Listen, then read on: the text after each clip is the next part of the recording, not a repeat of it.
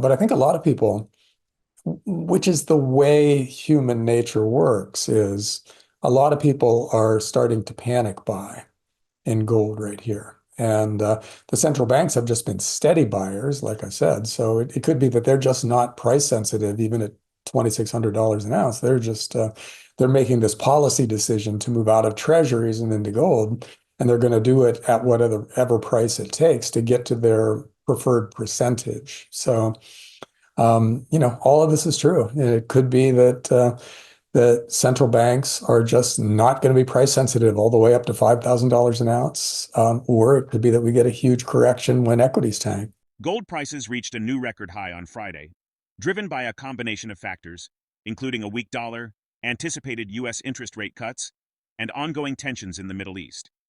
The surge comes despite muted physical demand in Asia, highlighting the complex dynamics in the precious metals market.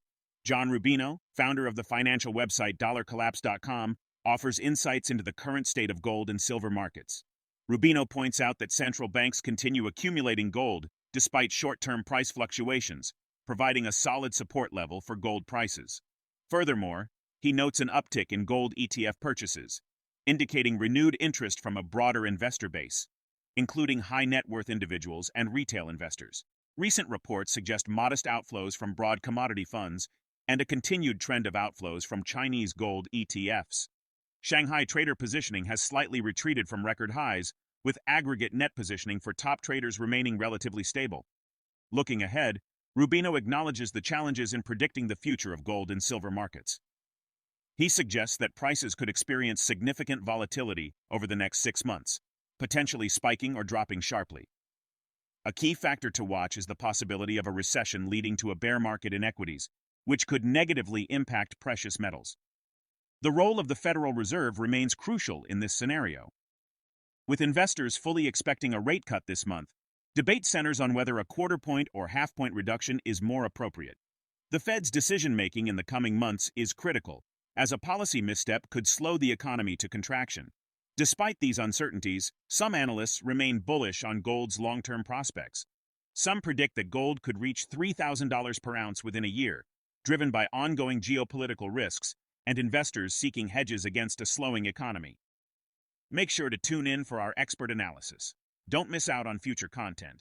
Hit the subscribe button and turn on notifications to stay in the loop. Well, in the near term, it's impossible to predict where any market goes. And so in the next 6 months or so, for gold and silver, I mean, they could spike from here or they could get smacked. If we have a recession that turns into an equities bear market, then that'll be bad for gold and silver in the short run, probably. There's always the chance that gold goes up because everybody's so worried, but historically, gold and silver get whacked when equities get whacked. For a fairly straightforward reason, which is that when you're getting margin calls on your tech stocks and all of a sudden you're in danger of your brokerage account just closing you out because your equities are going down so far so fast, you got to sell things that haven't gone down very far and very fast yet, and that may be gold at that point. So your gold is holding up, and that's what you sell. So then you get a gold bear market, or at least a flash crash. That's completely possible. But there's some big wins at the back of the gold market right now, and the biggest is central bank buying. Central banks around the world, they see what we're talking about right now. They see this stuff coming, and they don't expect U.S. Treasury bonds to be good stores of value over time if the U.S. dollar is going to be a victim of the next financial/currency crisis. So they're cashing out their treasury bonds and they're buying gold because they assume gold is going to hold its value better in the long run than a currency that's being inflated away by its government. So, and you've seen the central banks of the world buy 1,000 tons of gold in each of the last 2 years, which is a big number in a market where, the mines of the world produce maybe 4,000 tons. So should that continue, and it has been continuing on and off so far. Russia, for instance, just announced that it was going to aggressively increase its gold buying. China comes in and out of the market now, but it's been one of the big buyers lately. And then lots of other countries are continuing to buy. So let that continue. And that kind of puts a floor under the price of gold, since the central banks seem to be non-price sensitive right now. If it goes down, they'll buy some. If it goes up, they'll buy some, whatever. And that's a good thing for gold. And another good thing for gold is that you're seeing increasing buying of ETFs, which means that investors now that haven't been very big buyers of gold for quite a while are starting to buy via GLD, and although that's not the one they should be buying, but there are other gold ETFs that are seeing inflows too. And that's another very positive thing, because that gives you pretty wide-ranging group of people out there between central banks and high net worth individuals and regular people buying ETFs who are, all getting on board with gold right now. And so I think if there's a flash crash, it'll be a V bottom like we saw in 2008 and 2022, where, yeah, precious metals tank along with everything else, but then they take off when central banks respond to an equities bear market with much easier money. So that's probably the worst case scenario for gold, is that you have a V bottom flash crash, which then turns into the next leg of the bull market. Now, silver is kind of a slightly different story, because it is a monetary metal which moves with gold in general over long periods of time, and it's a industrial commodity that is seeing rising demand because of solar panels. Solar is a growing part of the energy sector, and most solar panels contain a little bit of silver. So the more solar panels we put up, the more silver is demanded. And that one source of demand is like 1/4 of all industrial demand right now. And that's from virtually zero 5 years ago. JohnRubino suggests that central banks' appetite for gold might be insensitive to price fluctuations. If sustained, this behavior could drive gold prices to unprecedented heights, potentially reaching as high as $5,000 per ounce.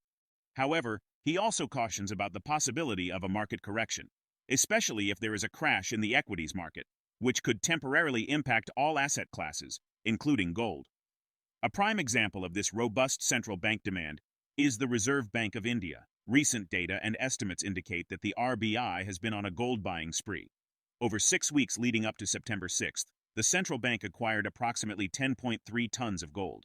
This purchase is part of a more significant trend, with the RBI accumulating 50 tons of gold in the first 8 months of the year. Let's get back to the interview. It's been a buy the dip market in gold, because it's easy to look at what it's done lately and think, all right, it's overbought, it's due for a correction, and that would be totally legit by looking at the charts and everything. But I think a big part of it is those new buyers coming in.